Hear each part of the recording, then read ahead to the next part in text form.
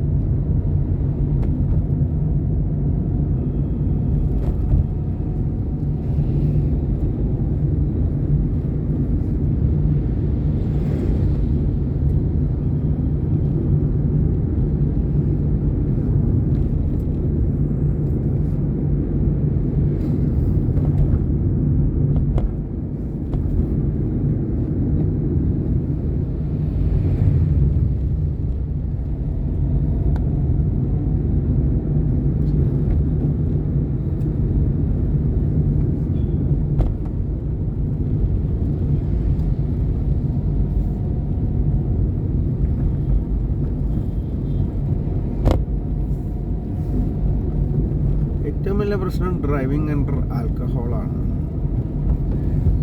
ആളുകൾ ആൽക്കഹോൾ കഴിച്ചിട്ട് ഡ്രൈവ് ചെയ്യാന്ന് പറഞ്ഞു കഴിഞ്ഞാൽ എനിക്ക് തോന്നുന്ന ഒരു റൂട്ട് കോസ് ഓഫ് ഒരുപാട് ആക്സിഡൻസിൻ്റെ റൂട്ട് കോസ് അതാണ്. മിക്കവാറും അത് അറിയില്ല നമ്മൾ മറ്റവൻ ലിക്വറാണോ ഇല്ലയോ എന്നുള്ളത്. ആളുകൾ തമ്മിൽ അങ്ങോട്ടും ഇങ്ങോട്ടും സെറ്റിൽമെൻ്റായി അങ്ങ് പോകുന്നുണ്ട്, പലപ്പോഴും അറിയില്ല. പല കേസിലും ചിലപ്പോൾ ആൽക്കഹോളായിരിക്കും reason for the accident.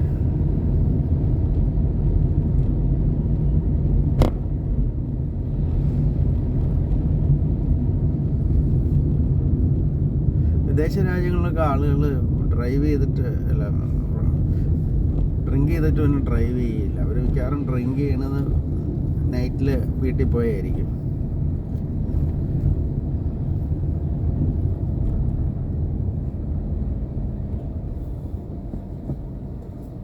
Drinking under alcohol കൂടുതലായിട്ട് ഇന്ത്യയിലാണ് കണ്ടേക്കണേ.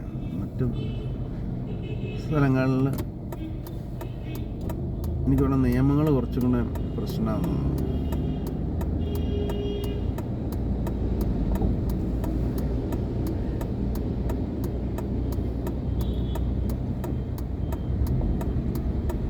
കരുത്തി എല്ലാം ഇതുകൊണ്ട് സമയം എടുക്കും. ഒന്നാമത്തെ എല്ലില്ലെങ്കിൽ നീണ്ടില്ല, ഒരുത്തം കയറിക്കൊണ്ടില്ല. കാരണം നമ്മൾ നീങ്ങിക്കൊണ്ടിരിക്കും, ഒരു ഭയമില്ലാണ്ടാവും എന്നത് ഹൈവേയിൽ.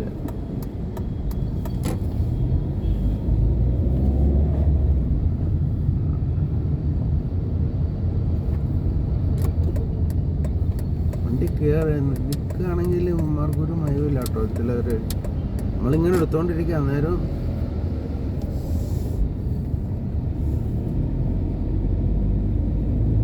വേണമെങ്കിൽ തട്ടിക്കോട്ടെ എന്നുള്ള രീതിയിലാണ് പലരും വണ്ടി ഓടിക്കണേ. ഒരു ഭയവും ഇല്ലാത്ത രീതിയിൽ വേണമെങ്കിൽ തട്ടട്ടെ മുട്ടട്ടെ. നമ്മൾ സാധാരണ ഇപ്പം ഞാനൊക്കെ എവിടെ പോയാലും ഒരു വണ്ടി അവിടെ ഓൾറെഡി ടേൺ ചെയ്തുകൊണ്ടിരിക്കുകയാണെങ്കിൽ പതുക്കെ മാറിയ ബ്രേക്ക് ചെയ്താൽ പോലുള്ളൂ. അത് ടേൺ ചെയ്തിട്ടാണ് നമ്മൾ കയറാൻ നോക്കുള്ളൂ. ഇത് അതിൻ്റെ ഇടയ്ക്കൊക്കെ കുത്തി കയറ്റാനായിട്ട്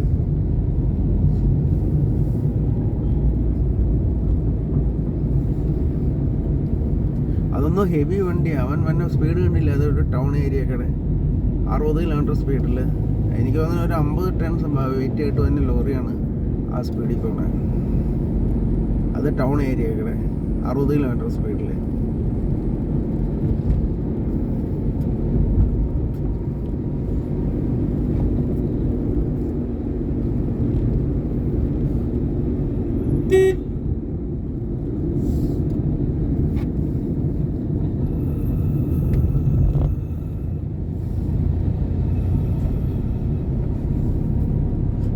പ്രശ്നം ഈ വണ്ടിക്കാരെ മാത്രം നോക്കിയാൽ പോരാ, ഈ യുവന്മാരും ഉണ്ട്. ഡി കമ്പനിയുടെ കൊട്ടേഷൻകാർ അപ്പുറത്തും ഇപ്പുറത്തും 10 പേര് മൊബൈലും 10 പേര് ബൈക്കും സ്കൂട്ടറായിട്ട് നിൽക്കുക.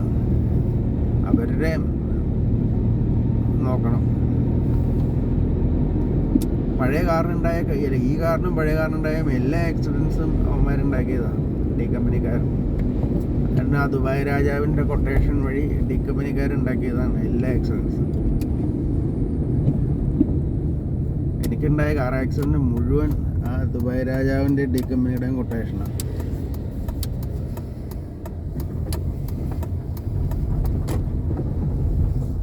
എല്ലാ കാർ ആക്സിഡൻസും, അതായത് കഴിഞ്ഞ ഒരു 15-18 കൊല്ലത്തിനുണ്ടാക്കിയ മുഴുവൻ കാർ ആക്സിഡൻസ് ഇവന്മാർ 2 കൂട്ടരും കൂടി കൊട്ടേഷൻ കൊടുത്ത് 10-15 പേർക്ക് മൊബൈൽ ഫോണും കാറും ബൈക്കും